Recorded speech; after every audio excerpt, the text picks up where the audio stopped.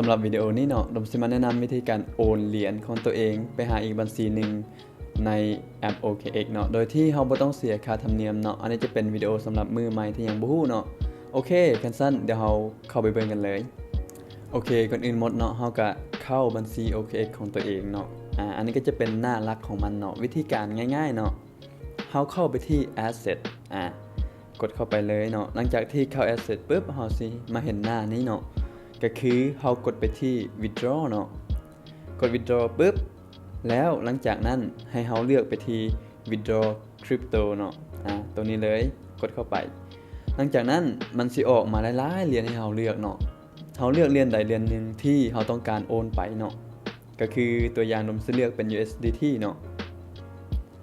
หลังจากนั้นให้เลือกตัวท้ายสุดเนาะตัวนี้เลยกดเข้าไปแล้วมันสิออกมาหน้านี้เนาะก็สิมีโอนผ่านเบอร์โทรบ่หรือว่าอีเมล UID แต่ว่าอยู่นี่เฮาสิโอนเป็น UID เนาะก็คือเฮากดไปที่ UID เนาะหลังจากนั้นเฮาก็ต้องเอาเลข UID จากปลายทางที่เฮาจะโอนไปเนาะตัวอย่างวันนี้ดมได้เกียมไว้แล้วเนาะเดี๋ยว copy โอเคหลังจากที่เฮาเอาตัวเลข UID ปุ๊บ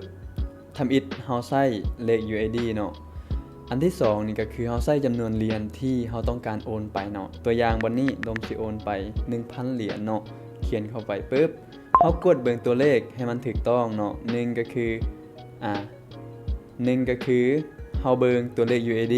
ทั้งหน้าทั้งหลังพร้อมเนาะแล้วก็เบิ่งจำนวนเงินที่เราต้องการโอนเนาะถ้าทุกอย่างมันถูกต้องหมดแล้วเนาะเฮากดไปที่ Submit เลยเนาะ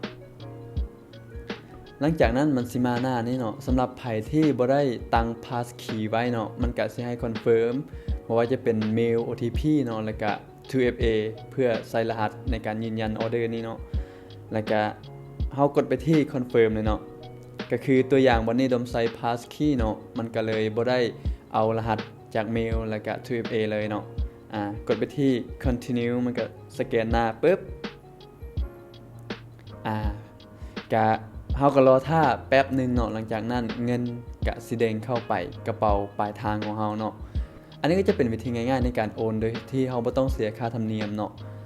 สำหรับเพื่อนๆคนใดที่มีคำถามเพิ่มเติมวิธีการต่างๆในการใช้แอปบ่หรือว่าอยากให้เฮ็ดคอนเทนต์ประเภทใดก็สามารถคอมเมนต์มาถามดมได้เด้อ